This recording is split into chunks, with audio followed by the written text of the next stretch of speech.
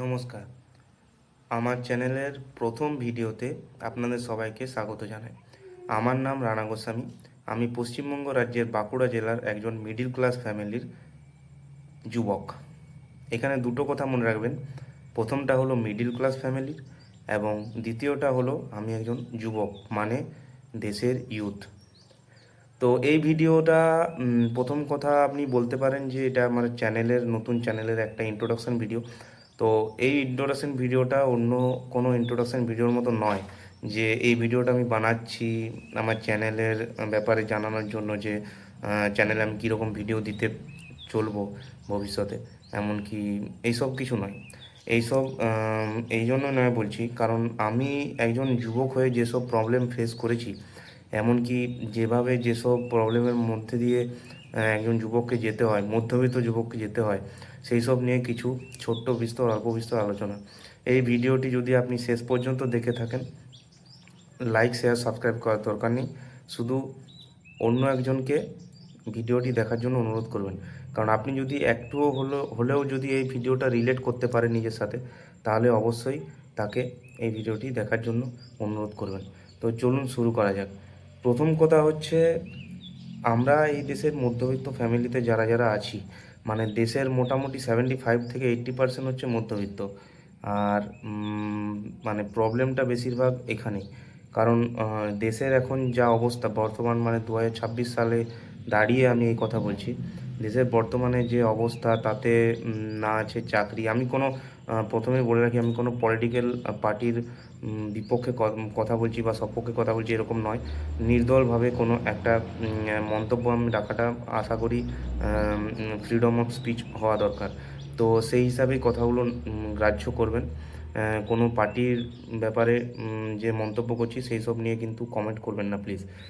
তো ব্যাপারটা হচ্ছে, পুরো দেশ জুড়ে, পুরো রাজ্য জুড়েই এই সমস্যার সম্মুখীন আমাদের হতে হয়, যে আমরা হচ্ছি মধ্যবিত্ত যেহেতু ফ্যামিলির ছেলে, তো আমাদের না আছে ভালো চাকরি, না আছে মানে থাকলেও সেখানে কম্পিটিশন বেশি, তো সবাই অ্যাফোর্ড করতে পারে না। দেখুন, প্রথম কথা হচ্ছে, বেশিরভাগ যারা একটা যখন 18 এজের মধ্যে দিয়ে যায় ছেলে বা মেয়ে, তো তারা, আপনারা সবাই ভেবেছেন যে আমি মাধ্যমিক উচ্চ মাধ্যমিকের পরে আমি একটা ভালো লাইন নিয়ে পড়বো, ভালো জায়গায় জব করব, বা মোট মোট কথা হচ্ছে বাবা মাকে একটু বেটার লাইফ ফিউচারে গিফট করব। তো আমার মনে হয় সেটা কজন করতে পারে। হ্যাঁ, চাকরির ভ্যাকেন্সি বেরোচ্ছে, কিন্তু সেটা তো র্যাট রেস না। প্রচুর, মানে একটা ভ্যাকেন্সির পেছনে বহুত কম্পিটিশান। এখানে তো মানে এমন নয় যারা পেলো না তারা ট্যালেন্টেড কম, বা যারা পেলো না তারা কম পড়াশোনা করেছে। সবাই নিজের 100% দেয়। এবার কিছু কিছু মানুষ ফর্মালিটির জন্য করে, সেটা আলাদা ব্যাপার। কিন্তু আমিও তার মধ্যে একজন। Yes, I completed BSc Agriculture, then I switched to my career to jobs. তো আমাকে ফ্যামিলির কথা চিন্তা করেই আমাকে একটা প্রাইভেট কোম্পানিতে জব দিয়ে আমার কেরিয়ার শুরু করতে হয়েছে। আমারও ইচ্ছে ছিল এগ্রিকালচার পড়ার পরে আমিও এডিও পরীক্ষা দেবো, সেই কিন্তু কোনো ভ্যাকেন্সিস নেই, বাস কোনো ভ্যাকেন্সিস নেই। তো সেক্ষেত্রে দাঁড়িয়ে মানে মাধ্যমিক লেভেল থেকে আমরা যে কয়জন বন্ধুর গ্রুপ ছিল, আমরা সবাই ইউটিউব মানে ট্রাই করেছি। এমন নয় যে একটা চ্যানেলের পিছনে, একটা সাবজেক্টের পিছনে ট্রাই করেছি। আমরা বহুত চ্যানেলে খেটেছি, এমনকি সেই সময় যতটা দেওয়া সম্ভব ছিল আমরা দিয়েছি, কিন্তু কোনোভাবেই সাকসিড হতে পারিনি কোনো কারণে। তো আমার তরফ থেকে আমি আপনাদের জানাতে চাই, এটা আমার শেষ চেষ্টা। এই চেষ্টাটা আমি আরেকবার কেন করতে মানে তৎপর হলাম, সেটার বিষয়ে আমি আপনাদের জানাই। আমি বেশি ডিটেলসে যাব না, কারণ যতই হোক জাজ করার লোকের তো অভাব নেই বস। তো এই ভিডিওটা যদি আমার আত্মীয় পরিজন কেউ দেখে থাকেন, ক্ষমা করবেন। আপনাদের কোনো মন্তব্যতে আমার কিছু যায় আসে না। আমি ইন্ডিপেন্ডেন্টভাবে এই ভিডিওটি বানাচ্ছি, এমনকি আমি ফিউচারেও এই চ্যানেলে কন্টেন্ট দিয়ে যাব ইন্ডিপেন্ডেন্টভাবেই। তো ব্যাপারটা হচ্ছে, অনেকে অনেক কথা বলে যে এত টাকা খরচা করে পড়াশোনা করলি, কোনো লাভ হলো কি? তো দেখো বস, একটা সময়ে যখন তুমি এইচএস বা মাধ্যমিক দিয়ে বেরোচ্ছ না, তখন সবাইকার মনে একটা আশা আকাঙ্ক্ষা থাকে যে তুমি একটা বেটার লাইফ ডিজার্ভ করো ভাই। তো সেই বেটার লাইফের জন্য সবাই জানে যে কোনো একটা লাইন নিয়ে পড়া দরকার। কারণ এখন এটা 90s বা 80s নয় যে তুমি নর্মাল গ্র্যাজুয়েশন করে তোমার জন্য টিচার বা ক্লার্কের জব পড়ে আছে, কোনো চান্স নেই। তো সেই কারণেই এখনকার এত কোর্স সব বেরিয়েছে, এগ্রিকালচার, ফার্মাসিস্ট, এত সব। তো সেই রকমই আমিও সেরকমই ভেবেছিলাম যে আমার মা বাবাকে আমি একটা বেটার লাইফ লিড করব এবং আমি নিজেও একটা বেটার লাইফ লিড করতে পারবো। সেই জন্যই আমার একটা লাইন নিয়ে পড়া। তো আমার এখন কোনো না কোনো দিক দিয়ে মনে হয় সবাইকার কথা শুনে যে হয়তো বা ভুল করেছি। তখন অত টাকা খরচা করে না পড়লে হয়তো আমি এই জবটা করতাম না। বেসিক্যালি আমি বলে রাখি, আমি একজন এগ্রিকালচার কোম্পানিতে জব করি, প্রাইভেট সেক্টরে। তো হয়তো এই কোম্পানিতে জব করতাম না, কিন্তু আমার ইনকাম চলে আসতো। টুকটাক এখন কাজ করে আমার ইনকাম চলে আসতো। তো আমি যে রিস্ক নিয়েছি, আমার এখন এই মুহূর্তে দাঁড়িয়ে মনে হয় আমার কোনো লাভ হয়নি। তো সেই জন্যে আমি আমার শেষ চেষ্টা যেটা বললাম সেটা ইউটিউবে দিতে চাই। তো আমি চাইবো আপনারা সাপোর্ট করুন। কারণ দেখুন, আপনারা যে ইনফ্লুয়েন্সার বলেন, যে সোশ্যাল মিডিয়ায় এখন সো কল্ড ইনফ্লুয়েন্সার আছে, যারা মহিলারা বা এখনকার যুগের মেয়েরা ছোট ছোট ড্রেস পরে নাচের ভিডিও বানায় বা গান নাচ টাচ করে। তো এগুলো অ্যাকচুয়ালি কি ইনফ্লুয়েন্সারের কাজ? একটা ইনফ্লুয়েন্সার আমি জানি যতদূর, যে তার সাবস্ক্রাইবার যা তার ফলোয়ারদের ইনফ্লুয়েন্স করবে কোনো কিছু লাইফে করার, কোনো কিছু বড় করার, বা লাইফে যারা নিচের লেভেলে পড়ে আছে তাদের দিকে ইনফ্লুয়েন্স করবে উপর দিকে ওঠার জন্য। অ্যাকচুয়ালি কিছু কিছু মোটিভেশন স্পিকার আছে যারা অ্যাকচুয়ালি ইনফ্লুয়েন্স করে। আমার মনে হয় তাদের ফলো করা দরকার, নাকি এখনকার যুগের যে সোকল্ড ইনফ্লুয়েন্সার যারা রিল বানাচ্ছে নাচের বা প্র্যাঙ্ক করছে, এগুলো কোনো মতেই ইনফ্লুয়েন্সার হতে পারে না। কিন্তু আপনারা দেখুন, তাদের কিন্তু মিলিয়ন্স অফ ফলোয়ার্স। তো মানে দেশের ইউথের কি হয়েছে আমি বলতে পারবো না, কারণ তারা একটা অন্য দিকে চলে যাচ্ছে। রাজ্যে ধরুন ভাতার অভাব নেই, কেউ না খেতে পেয়ে মরবে না, কোনো রকমভাবে সংসারে গুজারা হয়ে যায়। যদি একটা কমপ্লিট ফ্যামিলি থাকে, মা বাবা এবং নিজে, যেমন আমার আছে, তো কোনো রকমভাবে গুজারা হয়ে যায়। কিন্তু সেটা হচ্ছে সারভাইভালের মানে লড়াই, সেটা কোনোভাবেই তাকে সাকসেস জায়গায় নিয়ে যেতে পারবে না। এখনকার যুগে মিনিমাম যা ইনফ্লেশন রেট আমাদের বেড়েছে, এখনকার যুগে মিনিমাম একজন 23 থেকে 26 বছর বয়সী যুবকের মিনিমাম 40,000 টাকা টাউনে, মানে ছোটোখাটো টাউনে বলছি, 40,000 টাকা ইনকাম খুবই জরুরি। তবেই সে মানে মধ্যবিত্তভাবে লাইফ লিড করতে পারবে। কিন্তু আমরা কজন সেই টাকাটা আর্ন করতে পারছি? আপনি বিদেশের সাথে কম্পেয়ার করুন, তাদের পার ক্যাপিটা ইনকাম বহুত বেশি। আমাদের যে দেশ আজকে কোথার থেকে কোথায় জিডিপি চলে গেছে, সেটার কারণ হচ্ছে টপ 1% মিলিয়নের জন্য, আদানি আম্বানি ব্লা ব্লা। তো পার ক্যাপিটা ইনকাম আমাদের খুবই কম।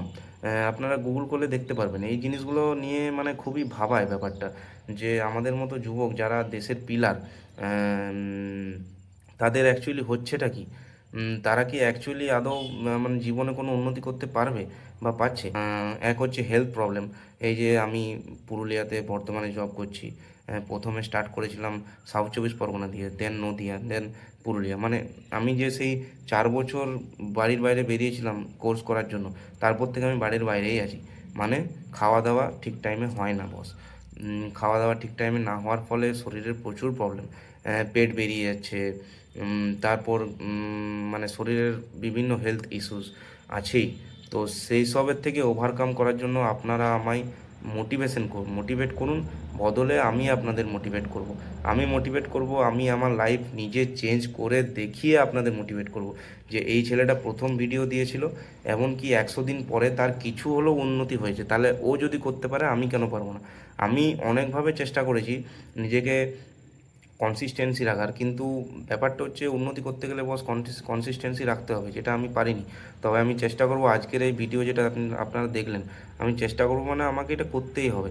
কারণ মাথায় প্রচুর প্রেশার, সব কিছু তো আর সোশ্যাল মিডিয়ায় খুলে বলা যায় না।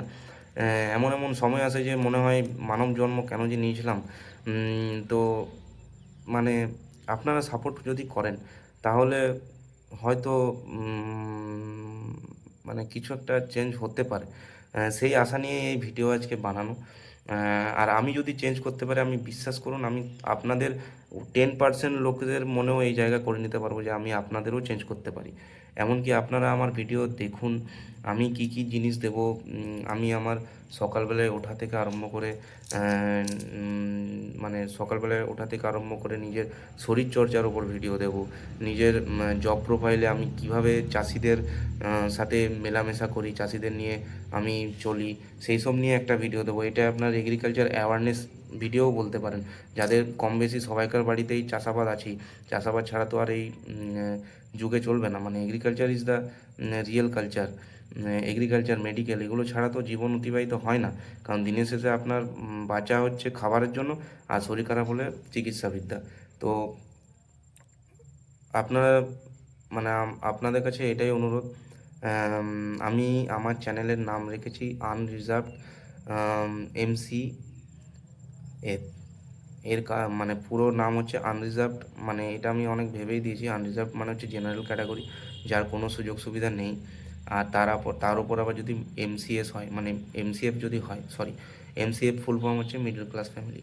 তো আশা করি আপনাদের আমার কন্টেন্ট ভালো লাগবে। ভালো লাগলে অবশ্যই পাশে থাকবেন। এটাই আমার শেষ চেষ্টা। কারণ জব করে শুধু সারভাইভ করা যায়, স্বপ্ন পূরণ করা যায় না।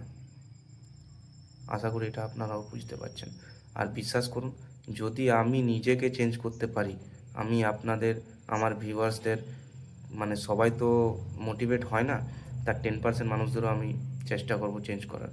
আর এই লড়াইয়ে আমার পাশে আমি আমার একজন স্পেশাল পার্সনকেও পেয়েছি, যার নাম আমি পরে বলবো। সে আমার হচ্ছে মানে নিজের বোন নয়, তবে নিজের থেকে কিছু কমও নয়। তো হয়তো সে